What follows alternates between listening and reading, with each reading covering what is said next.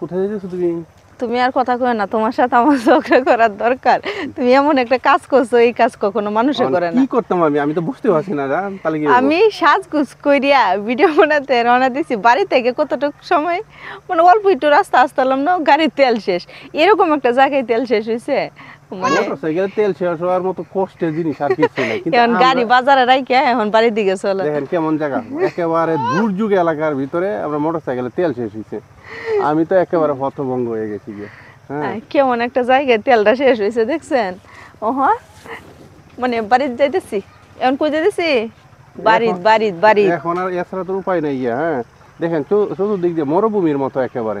আর ধান ক্ষেত আর হইছে মাটির রাস্তা, আমরা বাংলা ভাষায় যেটা বলি, মানে গ্রামের ভাষায়, বুঝছেন? এখন বাজারের দিকে আমি দাঁড়ায় রইছি, মানে মাটির রাস্তার এদিকে, আর আপনার বাইক টেলাইয়া মোটরসাইকেলটা বাজারে রাইখে আইছে। সন্ধ্যার সময় নিব এসে, আর আমি এখন বাড়ি যেতেছি। এছাড়া তো উপায় নাই, গাড়ি রাইখে তো চলে আসছি পরে। হ্যাঁ, এমন অবস্থা হয়েছে যে বুঝার মতো কিছু নাই। এখন তুমি একেবারে দৌড়াদৌড়ি শুরু করে দিয়েছো, কি কথা হয়ে গেছে।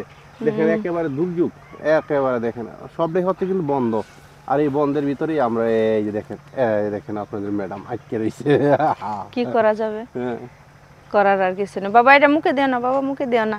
আর একটা পিচ্ছি ফুলা লই আইছি, বুঝতেই পারেন খালি কেসর মেসর করে, গাড়ি দেখলে কেসর মেসর করে না।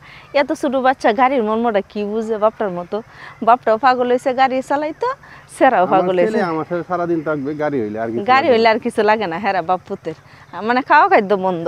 আর আমি তো এখন শেষেই ভিডিও আর করতাম না, এখন আমি চলে যাইতেছি। তুমি শেষ না, মানে গাড়ি তেল পাওয়া গেছে না, আমরা ভিডিও বানানি আজকে শেষ।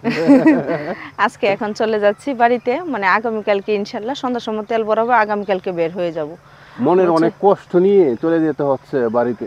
কি আর করা যাবে? এত সুন্দর করে সাজগুজ করে গুজগাছ করে রেডি হইলাম, সব শেষ।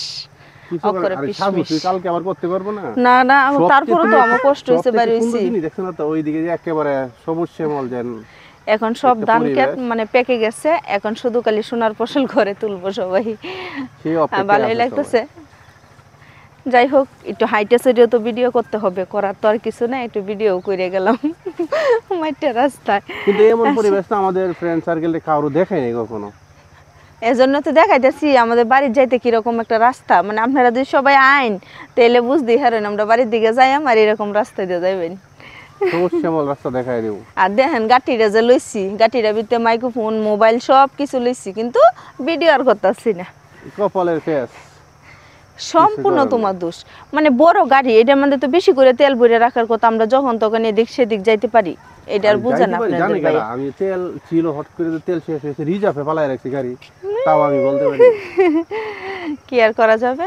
আজকে মনে করেন আপনাদেরকে সুন্দর কোনো কিছু দেখাইতে পারলাম না, মানে যতটুকু সুন্দর দেখানোর দরকার গ্রাম অঞ্চলের ততটুকু সুন্দরই দেখাইলাম। সবাই ভালোবাসা দিয়ে এভাবেই পাশে থাকবেন।